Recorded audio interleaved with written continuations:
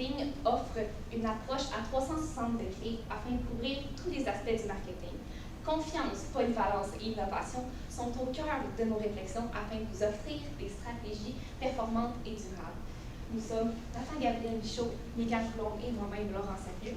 Et aujourd'hui, nous allons vous présenter 3 stratégies qui vont pouvoir répondre au mandat qui nous a été confié. Nous allons tout d'abord commencer par une brève description de l'entreprise. Ensuite, nous allons poursuivre avec nos stratégies. Ensuite, un bref budget ainsi qu'un échéancier. Donc, au niveau du mandat, vous pouvez complémenter des stratégies avec un retour d'investissement pour agrandir, votre clientèle cible, en fait, au niveau du Canada pour MIA Bijouterie. Donc, vous voulez des conseils au niveau de la distribution, de la vente et de la communication. Donc, c'est ce qu'on a décidé avec les objectifs au niveau de la rentabilité, bien sûr, de retour sur investissement, comme vous avez cité dans le cas. Au niveau du marketing mix, on parle que c'est une bijouterie, donc vendant des bijoux, boucles d'oreilles, bagues, bracelets et chaînes, un prix entre 24 et 150 $, ainsi qu'une facture moyenne de 50 $ pour vos clients. La distribution, donc Canada, États-Unis, bien sûr, avec l'île de la Portugaise, Açores, et l'île Maurice, désolé. Puis vous avez 80 détaillants autorisés au Canada, aux États-Unis pour vendre des bijoux, avec une communication autour de votre site web. Puis bien sûr, vous avez les classiques réseaux sociaux, des promotions et les kiosques physiques dans les centres d'achat. Pour l'effet poème, en fait, les forces de votre entreprise est l'éco-responsabilité ainsi que les bijoux durables, hypoallergènes ainsi que de qualité. Vous avez de jolies valeurs de l'entreprise, c'est-à-dire, par exemple, votre association avec le CAN. Vous avez plusieurs canaux de communication, là, vous êtes présents sur Facebook, Instagram, LinkedIn ainsi que TikTok et Pinterest. Vous avez, pour les défis internes, la distribution physique limitée, puisque vous êtes présent en boutique uniquement dans certaines villes du Québec, donc 12 points de kiosques. Pour les opportunités, vous avez l'augmentation de l'intérêt des bijoux envers les plus jeunes, exactement, les générations plus jeunes, ainsi que le marché de la bijouterie qui est en expansion en ce moment. L'augmentation du commerce en ligne également est une opportunité. Les défis internes sont qu'il y a beaucoup de concurrence. Au niveau des éléments retenus pour nos stratégies, nous allons vraiment jouer sur l'augmentation du commerce en ligne, le marché de la bijouterie en expansion, donc aller vers d'autres points de vente. Et aussi, votre défi interne, la distribution physique limitée étant dans votre mandat, bien sûr. Exactement. Donc, on a fait une clientèle cible qui représente davantage la clientèle qu'on va pouvoir attirer avec les stratégies qu'on va vous présenter prochainement. Donc, nous avons créé Madison Belcadran. C'est une étudiante en droit. Donc, on sait que les étudiants ont un petit budget. Donc, c'est pour ça que vos prix sont quand même raisonnables pour ce type de clientèle-là. Madison a une peau sensible, hypoallergène, donc les produits sont adaptés pour son type de peau. Elle recherche la qualité avec des prix raisonnables. Elle aime suivre les réseaux sociaux, les tendances de la mode des bijoux. Puis elle a des grandes valeurs familiales qui peuvent lui permettre d'acheter des bijoux pour sa famille. Donc, l'axe de com que nous avons choisi, c'est It's Mia Jewelry. Donc, son but, c'est l'axe de com qu'on va entendre partout autour de nous quand les gens vont croiser un magasin Mia Jewelry comme on va vous présenter avec nos stratégies. Vous allez mieux comprendre, car nous savons que vous voulez faire une expansion un peu partout au Canada. Puis au Canada, la langue la plus populaire, c'est l'anglais. Donc c'est pour ça que nous avons choisi un axe de com en anglais. Aussi, pour continuer avec Madison, elle aime bien aussi parler, étudiante. Madison aussi, on s'est dit qu'elle aimait ça parler de ce qu'elle voit sur les réseaux sociaux. Elle suit les tendances, elle voit sur les réseaux sociaux, donc elle en parle aux autres. Donc, si elle voit vos bijoux et qu'elle vous connaît au niveau des réseaux sociaux, elle parle ça avec des stratégies, mais c'est comme une question de dire « Is it Mia Jewelry ?» Donc, est-ce que c'est les bijoux de Mia Beauty? Pour ce qui est de la première stratégie, donc, ça va être la conception de kiosques éphémères. Dans le fond, pourquoi on a décidé de faire des kiosques éphémères? Dans le fond, on va mettre les kiosques éphémères d'une durée à peu près 3 mois, donc ça va vous donner le temps voir un peu si les kiosques fonctionnent un peu partout autour du Canada. Donc, nous avons pensé à Toronto, Vancouver, Calgary et Edmonton. Ce sont des points centraux où la population est assez élevée, donc on pense attirer une bonne clientèle là. Puis après 3 mois, vous allez être capable de mieux identifier si ça serait une solution de laisser vos magasins permanents là-bas pour attirer votre clientèle un peu partout. Puis à ces endroits-là, dans les kiosques, on va vendre des bijoux, on va mettre des présentoirs avec les boucles d'oreilles, des colliers. Les gens aiment beaucoup le visuel, donc on va mettre des oreilles, exemple, avec des modèles tendance un peu de ce que les gens pourraient rechercher. Même chose pour les colis. Puis pour le service, donc on pensait ajouter des tablettes numériques où on serait capable de montrer la boucle d'oreille, exemple, est-ce qu'elle serait plus belle ici ou ici? Puis l'agencement des colis, comme ça les gens ils vont avoir un visuel, puis ils vont être capables de mieux s'imaginer le bijou sur eux autres, puis d'avancer et de pouvoir acheter le produit. Pour continuer aussi à faire une relation avec notre clientèle, avec Madison, c'est parce que, comme vous avez cité dans le cas, les jeunes ont souvent, avec l'objet imité, voir une vraie bijouterie, donc voir un vrai magasin physique, ça les retirait un peu parce qu'ils n'ont pas un budget, puis c'est le fait que si on fait une présentation, on va dire chic, un peu comme une vraie bijouterie, ben, ça va peut-être les éloigner du magasin parce qu'ils vont se dire j'ai pas le budget pour ça, les bijoux sont bien placés, c'est pas ma bijouterie à moi, c'est pas pour mon budget, mais avec un kiosque, comme vous avez dit, ça va beaucoup plus attirer la clientèle. Puis on va aussi faire un kiosque, on parle 360 degrés, ça veut dire que les gens ils peuvent rentrer ou sortir par n'importe quel côté du kiosque. Un peu aussi free, avec un espace ouvert. On ne veut pas comme vos kiosques classiques en ce moment, on ne veut pas vraiment un comptoir, on veut que les gens puissent se promener, puissent regarder les bijoux, prennent des photos. Puis Madison, pourquoi est-ce qu'elle aimerait ça? parce que regarde le beau bijou, je vais l'envoyer à mon ami. Regarde, il est vraiment beau. Puis les tablettes, c'est juste une visualisation sur elle-même, comment il va être beau son bijou, puis comment elle pourrait le porter, bien sûr. La raison pourquoi est-ce qu'on veut toucher 4 grandes villes du Canada, c'est que présentement, c'est seulement 10% du Canada qui est couvert par Via Bijoux. Donc, c'est pour ça que ce ne sont pas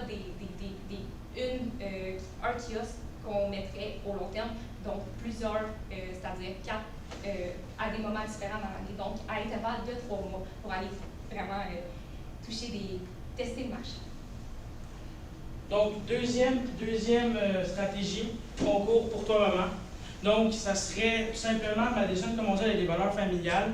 Puis, pour montrer ça, en fait, ça serait, vous ferez une vidéo où vous présentez le concours. Le concours, en plus, c'est une personne va présenter une vidéo avec le hashtag pour toi, maman.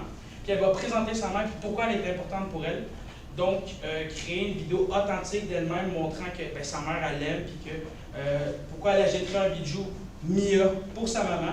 Puis, faire une relation entre les valeurs familiales, entre les valeurs de l'amour, les bonnes valeurs qu'une mère et fille peut avoir, et les bijoux directement.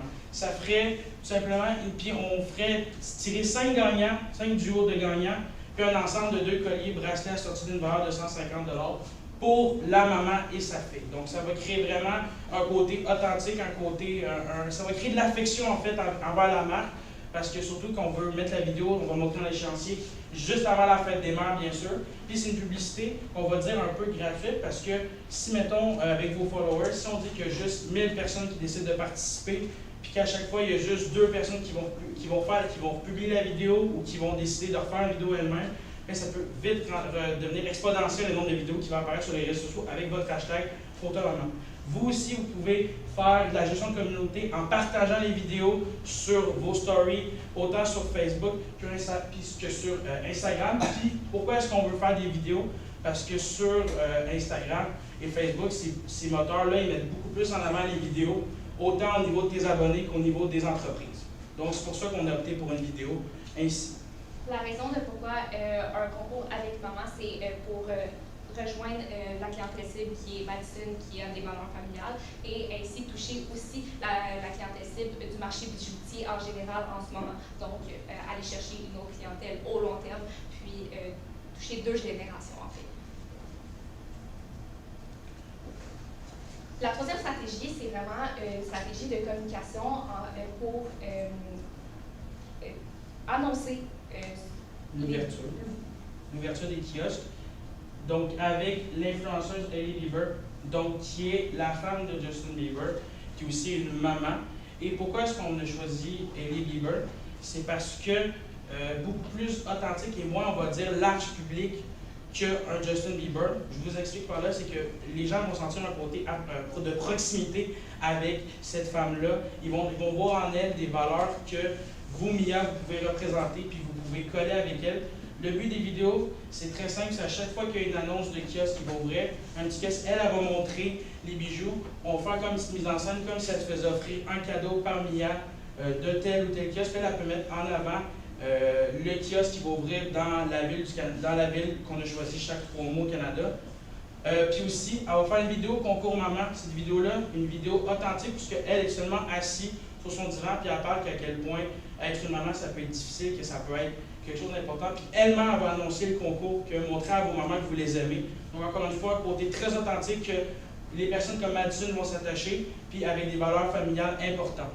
Bien sûr, la publicité, on va faire des publicités ciblées par la suite pour les gens étant dans notre chaîne de vente, donc ceux qui ont par la suite interagi avec le compte Instagram, le Facebook ou même directement le site Internet, qui ont commencé à commander en fait ou à voir les bijoux sur Internet. Donc au niveau du budget, donc en termes de kiosque, on parle de 43 000 $. Pourquoi? Pour les tablettes, on parle de 1 000 $ au total avec bien sûr l'installation. On parle de 40 000 pour le kiosque. Le kiosque, comme on dit, se déplace. On peut l'utiliser dans plusieurs endroits. Donc, ce n'est pas juste un kiosque qui va rester là. Il va être utilisé pour toutes les centres d'achat dans lesquels on va aller. La conception, on parle de 2 000, donc un total de 43 000 pour la stratégie numéro 1. Pour ce qui est de la stratégie numéro 2, dans le fond, les prix, on va faire 5 prix d'une valeur de 150 $, donc ça va faire un total de 750 $ de prix que vous allez donner à vos clients. Ensuite, pour ce qui est de la stratégie 3, avec la communication avec Hailey Bieber, puis les vidéos, dans le fond, la communication avec Hailey, ça en ferait une marge de 5 % des ventes qu'elle peut générer. Dans le fond, sur tous les fonds qui vont être faits avec la création du contenu et tout ça, on va faire un partenaire avec elle, puis vous allez être capable de donner une marge de profit pour sa participation. Puis pour ce qui est de la communication marketing, le fait de communiquer et tout, ça va être un total de 15 000 $. Puis pour tout ce qui est de toutes nos stratégies, ça va être un budget de 58 750 $.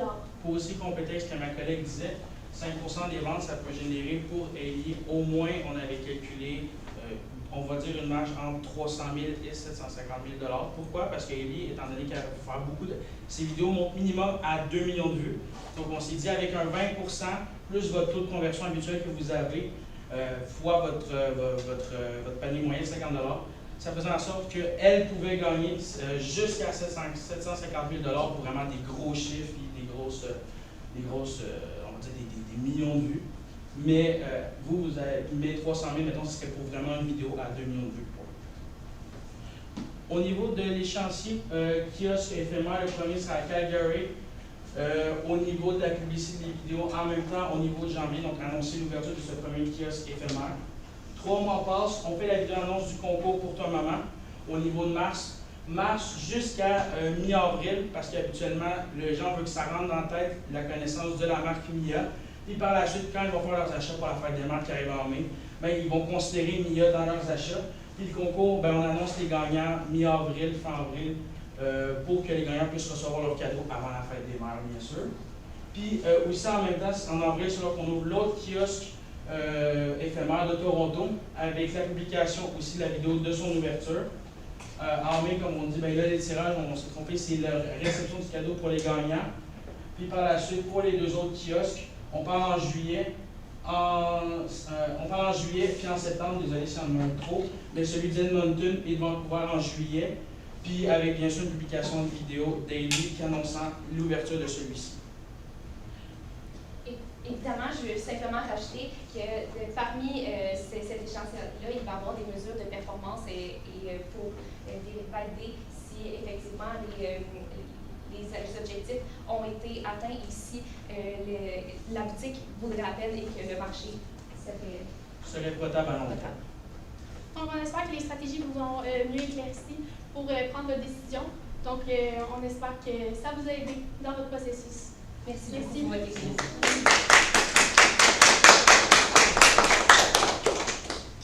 La période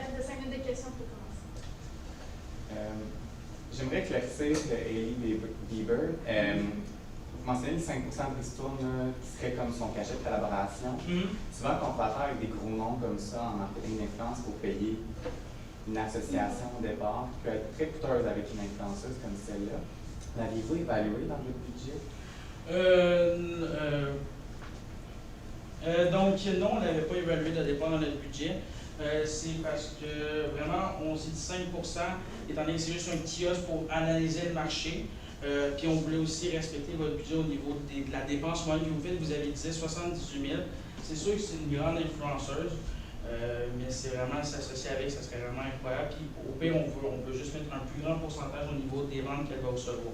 C'est sûr qu'au début, on a décidé de vous présenter ça sous forme de pourcentage parce que c'était difficile pour nous d'évaluer combien une aussi grande personnalité coûterait. Donc, c'est pour ça qu'on l'a mis en pourcentage. Effectivement, je comprends le point de l'agence qu'il va falloir acheter, mais c'est aussi que, étant une PME, vous n'avez pas non plus les budgets pour d'abord, c'est pour le long terme, en fait. C'est pour. Voilà. Parfait. Si je peux faire une question avec toujours l'influenceuse, elle est connue partout à travers le monde. Votre stratégie vise par contre d'expansionner à travers le Canada. Pourquoi ne pas avoir choisi peut-être une personnalité canadienne ou peut-être plusieurs micro-influenceurs canadiens, parce qu'elle va couvrir quand même très très large. Est-ce qu'on est prêt à couvrir à travers le monde avec elle? C'est sûr que pour le moment, vous avez déjà un petit pas de marché aux États-Unis. Donc, c'est sûr qu'il faut sélectionner excusez-moi. Oui, des parts de marché. Donc, il faut faire des petits pas parce que si on voulait, on sait que c'est une personnalité mondiale. Par contre, justement, ça va pouvoir pousser à une ouverture plus grande de marché et les gens vont faire la demande et vont avoir hâte que ça s'ouvre dans leur pays. Donc, c'est juste pour ne pas faire des gros pas de géants, pour vraiment portionner le marché. OK. Merci. Au niveau du concours pour toi, maman, en quoi ça va augmenter les ventes de billets? Sachant que les concours, c'est beaucoup sur la notoriété, il y a beaucoup de monde qui repartage, mais comment ça va augmenter notre taux de conversion en magasin? En fait, le taux de conversion va se faire parce que la personne qui va, la fille, si on peut dire, qui va inscrire sa maman, en fait, parce qu'on nous inscrit les deux au concours, va pouvoir découvrir une nouvelle boutique. Donc, c'est au long terme, en fait.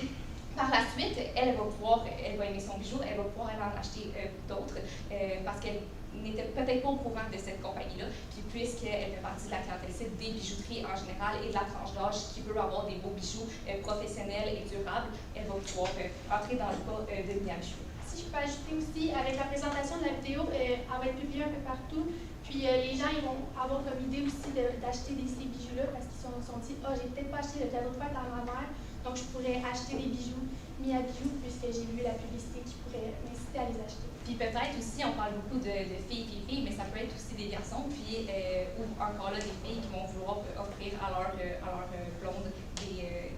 Donc ça ouvre une autre part de marché à clientèle cible. J'aimerais ça revenir justement sur le concours. Est-ce que tu as l'intention de faire du UGC avec ces vidéos-là? Parce que tu sais, je pense qu'on est très dans. Si je compare cette stratégie-là versus les autres, elle coûte beaucoup moins cher, on est plus organique. Est-ce que vous avez un potentiel de peut-être justement prendre ça et aller plus loin avec? Si on parle de long terme, le concours, c'est quand même très. Oui, mais c'est vraiment, on veut créer l'interaction de la communauté, donc directement, vous appliquez au niveau du poste, des postes du partage. Puis c'est le fait que les gens, peut-être que des fois les entreprises ne s'en rendent pas compte, mais se faire partager une story, ça fait en sorte que le monde encore plus vont repartager de leur côté, vont en reparler. Donc c'est juste un terme de cycle que on fait l'interaction. Donc là, les gens ils sont attirés, vont leur partager, puis là, d'autres personnes voudront participer. Donc c'est juste une réaction en chaîne. C'est le fait que si vous impliquez directement la communauté, les gens vont se sentir beaucoup plus proches avec votre bijouterie qu'une bijouterie haut de gamme qui s'occupe juste des gens avec un certain, on va dire, portefeuille. On attire les clients, la clientèle jeune, mais on sent la proximité comme qu'ils aimeraient avoir, puis on sent l'authenticité de l'entreprise, puis c'est pas juste une bijouterie de luxe comme une autre. Oui, exactement. L'idée derrière ça, c'est vu qu'elle ne s'est pas publiée sur les réseaux sociaux à la guise, parce que, évidemment, les gens qui peuvent partager au concours et qui sont peut-être un peu plus gênés ne vont pas le partager, c'est que ça va toucher aussi la famille. Puis, moi, j'ai confiance, par exemple, à ma petite soeur qui va partager une vidéo. Donc, je vais aller sur le site et peut-être tomber en amour avec les bijoux proposés. La période de questions est maintenant finie.